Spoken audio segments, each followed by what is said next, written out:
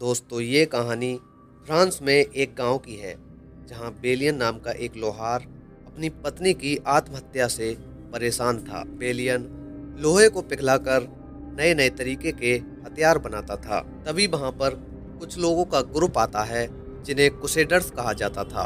तभी एक आदमी बेलियन के पास आता है और अपना नाम गॉडफ्रे बताता है। वो अपने आप को बेलियन के पिता के रूप में परिचित कराता है और बेलियन को अपने साथ यरूशलेम चलने के लिए कहता है। बेलियन गॉडफ्रे के लोगों के साथ जाने के लिए मना कर देता है और गॉडफ्रे के साथ सभी लोग वापस चले जाते हैं। तभी बेलियन के पास उस गांव का पादरी आता है जो कि बेलियन का आधा भाई था। वो बेलियन से बताता है कि उसने उसकी पत्नी को दफनाने से पहले ही उसका गला काट दिया था। बेलियन को ये सुनकर गुस्सा आ जाता है और अपने भाई को आग में जलाकर मार डालता है। उसे मारने के बाद उसके घर में आग लग जाती है।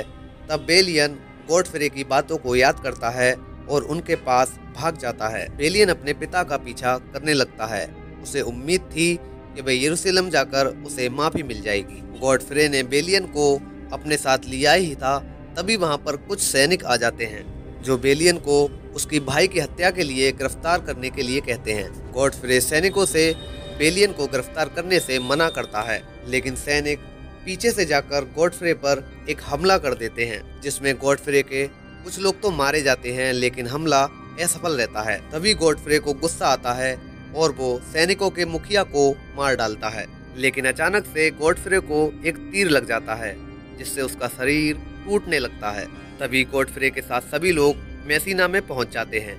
गॉडफ्रे बेलियन को अपने पास बुलाते हैं और उसे यरूशलेम के राजा की सेवा करने के लिए और बेहालों की सुरक्षा करने का आदेश देते हैं और फिर अपनी चोटों का सामना करते हुए बाद में उनकी मौत हो जाती है। गॉडफ्रे ने बेलियन से कहा था कि वह राजा को हिंदुओं और मुस्लिमों के बीच शांति बनाए रखने में उनकी सहायता करे।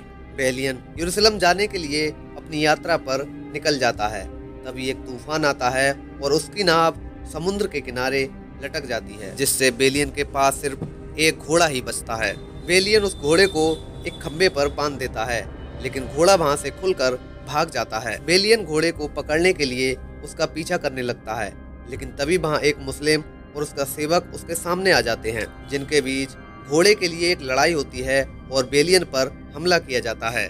लेकिन बेलियन अनिच्छा से ग्वालियर को मार देता है और उसके सेवक को छोड़ देता है, क्योंकि बेलियन जानता था कि अगर सेवक को भी मार दिया तो यरूशलेम जाने का रास्ता किससे पूछेगा। बेलियन को सेवक से बात करके अच्छा लगता है। बेलियन अपने घोड़े को सेवक को दे देता है और उसे छोड़ देता है। बेलियन सेवक से बताता है कि वह मारे गए मुस्लिम योद्धाओं के बीच एक महत्वपूर्ण योद्धा था। अगले सीन में बेलियन यरूशलेम पहुंच जाता है और वहां के नियम और कानून को समझता है, जहां यरूशलेम का राजा और उसकी बहन सवेला मुस्लिम गतिविधियों का विरोध करते हैं। और वहां एक की नाम का राजा भी था जो उसकी बहन सवेला से शादी करना चाहता था और राजा के मरने के बाद वहां पर शासन करना चाहता था, और इसीलिए वो राजा की अनुमति से एक युद्ध की तैयारी करवाता है, जिस युद्ध में वो मुस्लिमों की हत्या करने और ईसाइयों के लिए राज्य का दावा करने की अनुमति देता है। लेकिन टाइबेरियस नाम का सैनिक उस युद्ध को रोकने की कोशिश करता है। इधर सवेला, जिसकी की से शादी होने वाली थी, वो बेलियन को पसंद करने लगती है और उसके साथ एवेलिन में आकर यौन संबंध भी बना लेती है। बेलियन अपने गांव के सुधार के लिए अपने आप को एक गड्ढे में डाल देता है, क्योंकि वो वहां पर जल के कुएं खोदता है और उन्हें सिंचाई के लिए उपयोग में लाता है। की और उसके षड्यंत्री साथी टेम्पलर्स की सहायता से एक मुस्लिम व्यापार रेल कारवां का नुकसान कर देते हैं। जो वहां के मुस्लिम थे वो कोरों की सजा के लिए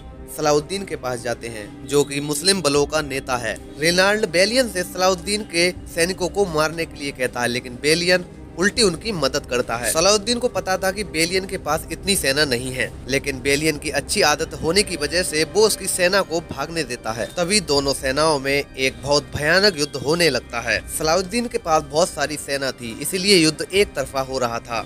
युद्ध के अंत में बेलियन के नाइट्स को सलाउद्दीन के सैनिक गिरफ्तार कर लेते हैं और उसे गिरफ्तार करके दुश्मन के शिविर में ले जाया जाता है। तभी बेलियन को छुड़ाने के लिए सलाउद्दीन का सेवक आ जाता है, जिसे कभी बेलियन ने मारने से छोड़ा था। वास्तव में वो सेवक सलाउद्दीन का चांसलर था। तभी कहानी में आगे सलाउद्दीन अपनी सेना को इकट्ठा करता है और केरक को घेरने के लिए आ जाता है और राजा बाल्डविन को अपने साथ भी लाता है। सलाउद्दीन की सेना में सभी सैनिक मुस्लिम थे, जो कि वापस लौटने का परामर्श करते हैं, लेकिन बाल्डविन रेनाल्ड को सजा देने का वादा करते हैं। सलाउद्दीन राजा बाल्डविन को सजा देता है और उसे घुटनों पर गिरने के लिए मजबूर कर देता है। तभी बाल्डविन रेनाल्ड को थप्पड़ मारता है और अपने रोगी हाथ को उसे चूमने के लिए मजबूर करता है। इतना ज्यादा दबाव पड़ने के कारण बाल्डविन नीचे गिर पड़ता है और निश्चय करता है कि दोबारा से वह मजबूत होकर लड़ेगा। तभी कहानी में आगे सलाउद्दीन अपने सभी सैनिकों को भरोसा दिलाता है कि हम कुछ ही दिनों में यरूशलेम को वापस हासिल कर लेंगे, लेकिन हम यरूशलेम को तभी वापस हासिल कर सकते हैं जब उन्हें हम हरा सके। तभी राजा बाल्डविन बेलियन को अपने पास बुलाते हैं और अपनी बहन सिबिला से शादी करने के लिए उसे आमंत्रित करते हैं, क्योंकि राजा जान चुके थे कि सिबिला बेलियन को पसंद करने लगी थी। लेकिन बेलियन इस शादी के लिए मना कर देता है, क्योंकि शादी करने से पहले उसे राजा की को मारना पड़ता।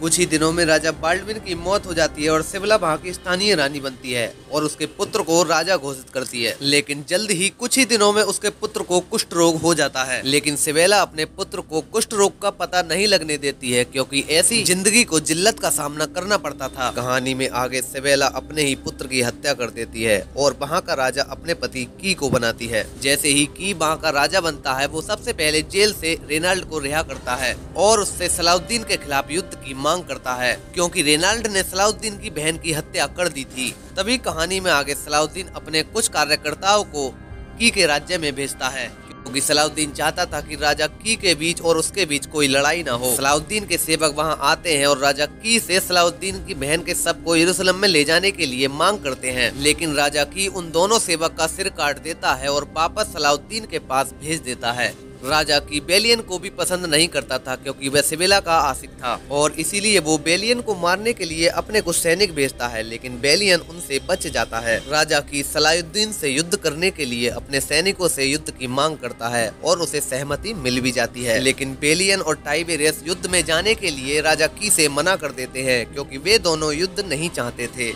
तभी अगले सीन में सलाउद्दीन की सेना में और राजा की सेना में युद्ध होने लगता है, जिसमें सलाउद्दीन की सेना जीत जाती है और राजा की और रेनाल्ड को गिरफ्तार कर लिया जाता है। सलाउद्दीन रेनाल्ड को मार देता है और राजा की को गंजा करके छोड़ देता है और फिर यरूशलेम को जीतने के लिए उसकी ओर बढ़ता है। टाइबेरियस और उसके लोग कायरोस के लिए वहां से चले जाते हैं, क्योंकि वो ये मान लेते हैं कि अब यरूशलेम को कोई नहीं बचा सकता। यरूशलेम पर सलाउद्दीन कब्जा करके ही मानेगा। लेकिन बेलियन और उसके सैनिक गांव वालों की सुरक्षा के लिए वहां पर रहते हैं। बेलियन और सैनिक ये अच्छी तरह से जानते थे कि वे सलाउद्दीन को नहीं हरा सकते, क्योंकि सलाउद्दीन के पास बहुत बड़ी सेना थी। बेलियन अपने सैनिकों के साथ सलाउद्दीन से तब तक लड़ता है जब तक कि सलाउद्दीन के सामने अपनी शर्तें पेश ना कर सके। लेकिन युद्ध लगातार चल रहा था और कोई भी अपनी शर्तें पेश नहीं कर रहा था, क्योंकि सलाउद्दीन को लग रहा था कि वो थोड़े ही समय में यरूशलेम को हासिल कर लेगा। पूरा युद्ध पूरे 3 दिन तक चलता है और युद्ध के बाद सलाउद्दीन अपनी शर्तें पेश करता है। बेलियन सलाउद्दीन से कहता है कि तुम्हें हमें और हमारे गाँव वालों को सुरक्षित यहाँ से निकालना होगा, तब तुम्हें यरूशलेम वापस मिल जाएगा। सलाउद्दीन बेलियन की ये शर्तें मान लेता है। सारे नागरिक यरूशलेम से वापस जाने लगते हैं, जिसमें बेलियन घोड़े से आता है और उसे सिबिला मिल जाती है और सिबिला को वो अपने साथ ले लेता है। जब बेलियन गांव लौटता है तो अंग्रेजी नाइट्स बेलियन की तलाश में घूमते रहते हैं, जो यरूशलेम के रक्षक हैं। अगले सीन में बेलियन सिबिला के साथ एक नई जिंदगी की शुरुआत करता है।